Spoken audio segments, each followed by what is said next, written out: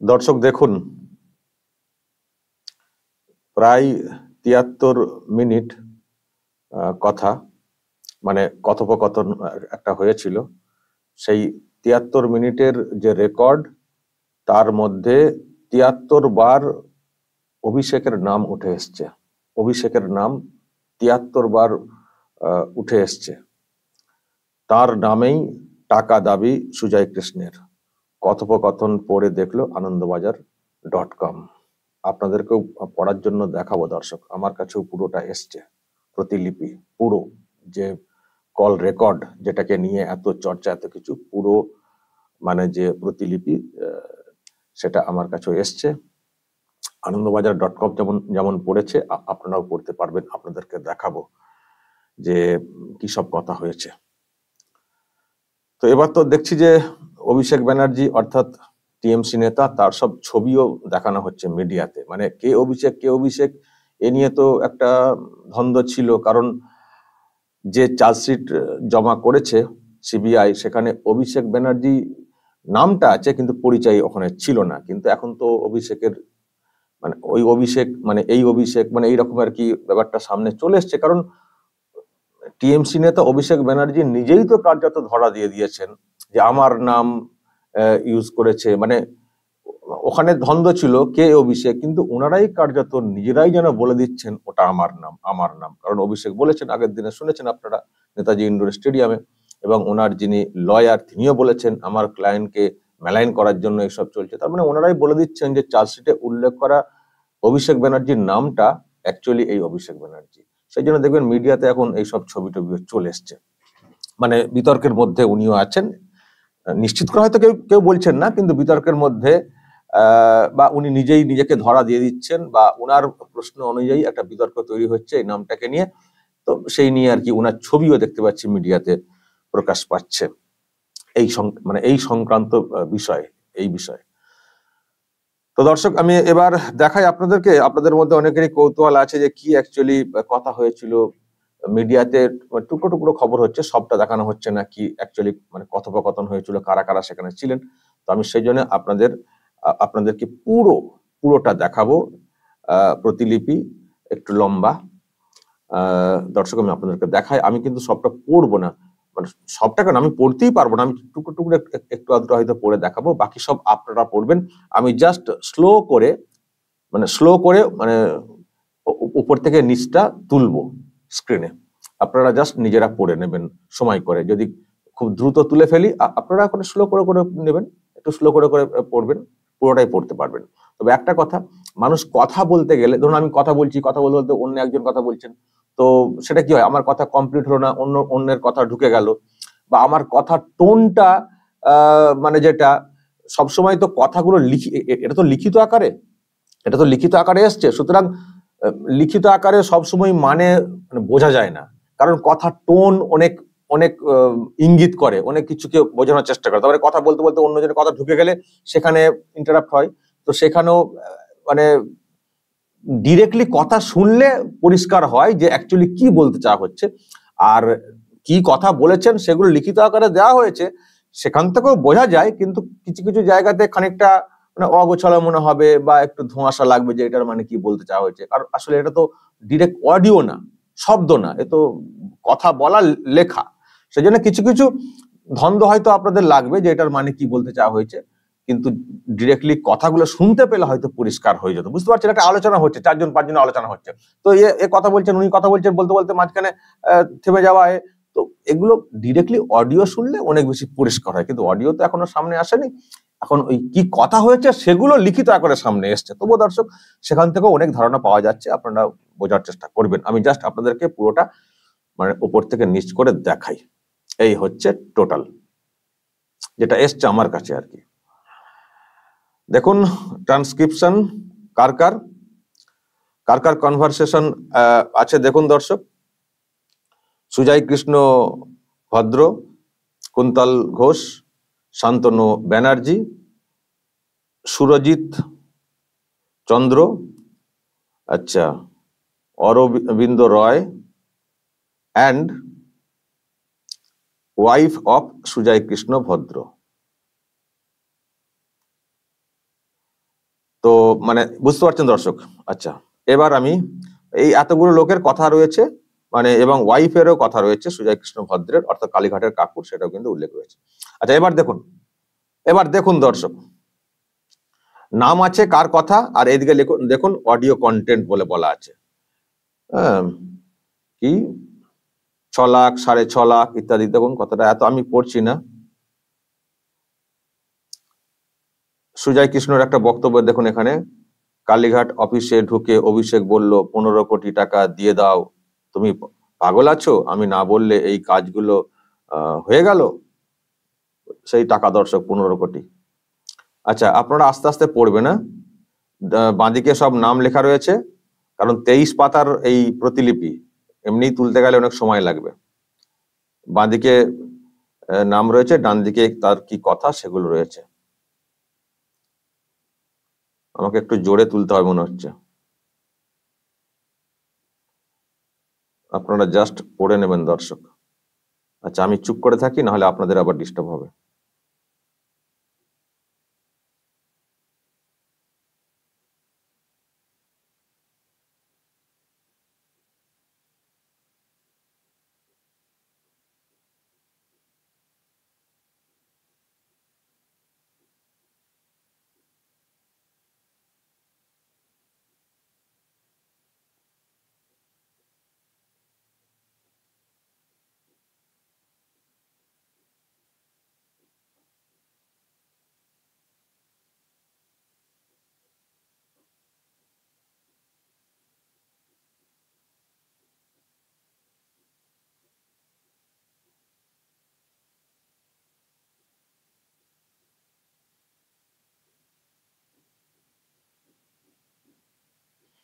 আচ্ছা দর্শক, এখানটা একটু পড়ে দিই, সুজয় কি বলছেন দেখুন। আমি আহ, আমি না আমি না বলেছি না, এখন এটা থেকে সমাধানের একটা উপায়, অভিষেক রাফলি 15 কোটিতে খুশি। আচ্ছা, এগুলো কথা টোন দর্শক একটু বুঝে নেবে। আমি না বলেছি না, এখন এটা থেকে সমাধানের একটা উপায়, অভিষেক রাফলি 15 কোটিতে খুশি। শান্তনু, এটা খুব ইম্পর্টেন্ট, মানে শান্তনুকে বলা হচ্ছে আর কি। অভিষেক 15 কোটিতে খুশি। আজকে এই 15 কোটি, এখন 250 লোক করলে 15 কোটি পেয়ে যাব। ঠান্ডা মাথায় মন দিয়ে বলো, আমি 250 লোক করলে 15 কোটি পেয়ে যাব। 250 লোক করলে 250 ইন্টু 6.5 লাখ, 15 কোটি তো পার হয়ে যাচ্ছে। বুঝতে পারছেন? মানে অভিষেক 15 কোটিতে খুশি, তো তাকে দিতে হবে তো আরো 250 জনের কাছ থেকে টাকা তোলার একটা প্ল্যানিং আর কি বলা যায়, সেটা কিন্তু এখানে উল্লেখ রয়েছে।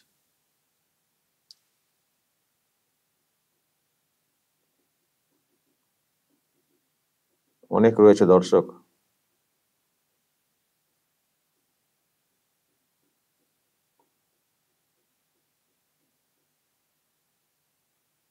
সব 15 কোটি 15 কোটি দেখছেন।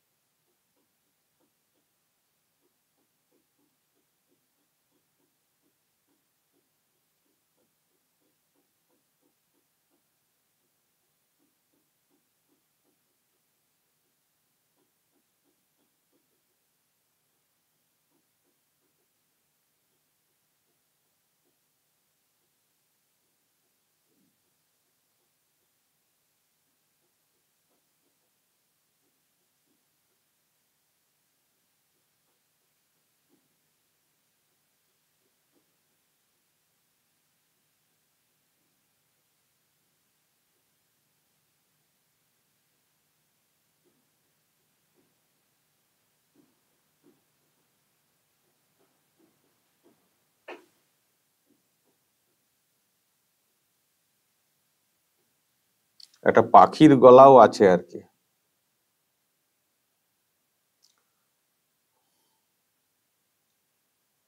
সুজয় কৃষ্ণের ওয়াইফের ব্যাপারও দেখছেন।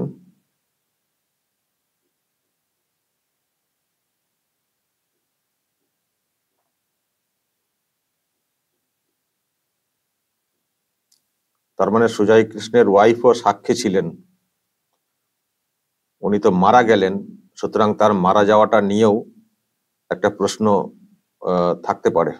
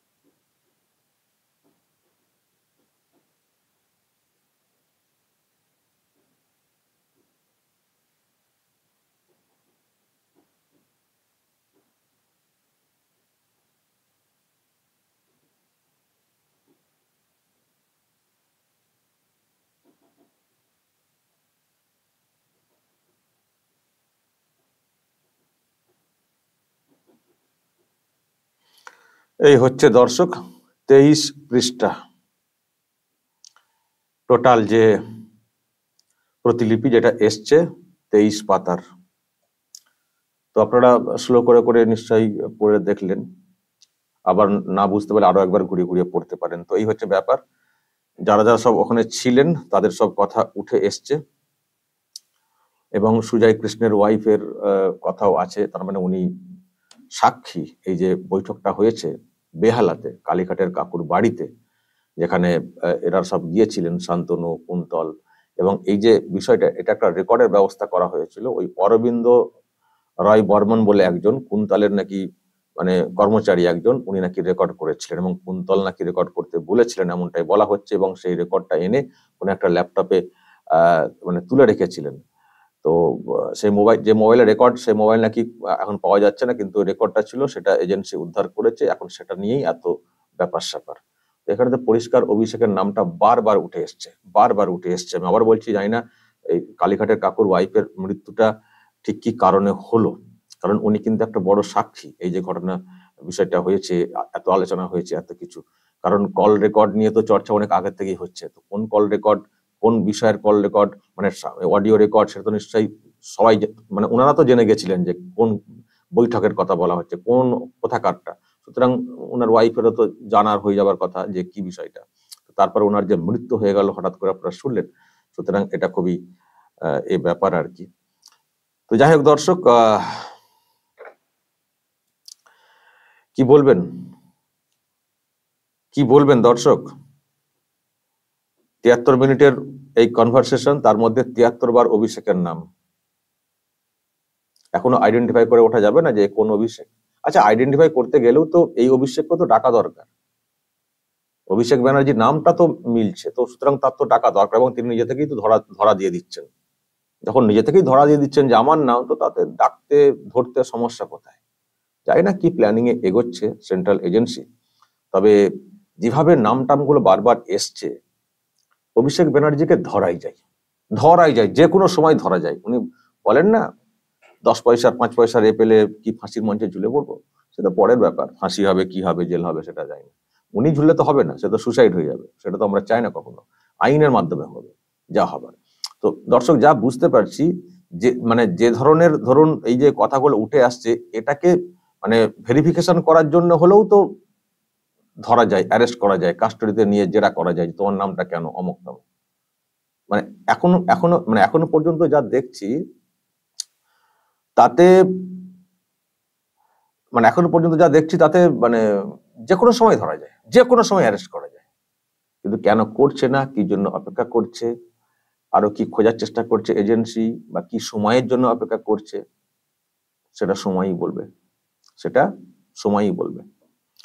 দর্শক, এর ব্যাপার আপনাদের মধ্যে একটা কৌতূহল ছিল যে কি কি কথা হয়েছে, সেজন্য পুরোটাই আপনাদেরকে দেখালাম। এবার যদি আপনারা ওখানে পড়ে পড়ে কিছু নতুন মানে এত লম্বা, মন দিয়ে পড়তে হবে। যদি ওখানে পড়ে আপনাদের কিছু অ্যাঙ্গেল মনে পড়ে, এই তো এই জায়গায় এরকম আছে, বলবেন কমেন্টে, বলবেন আপনারা পড়ে। যা বলার বলবেন এবং নজর রাখবেন আরামবাগ টিভিতে।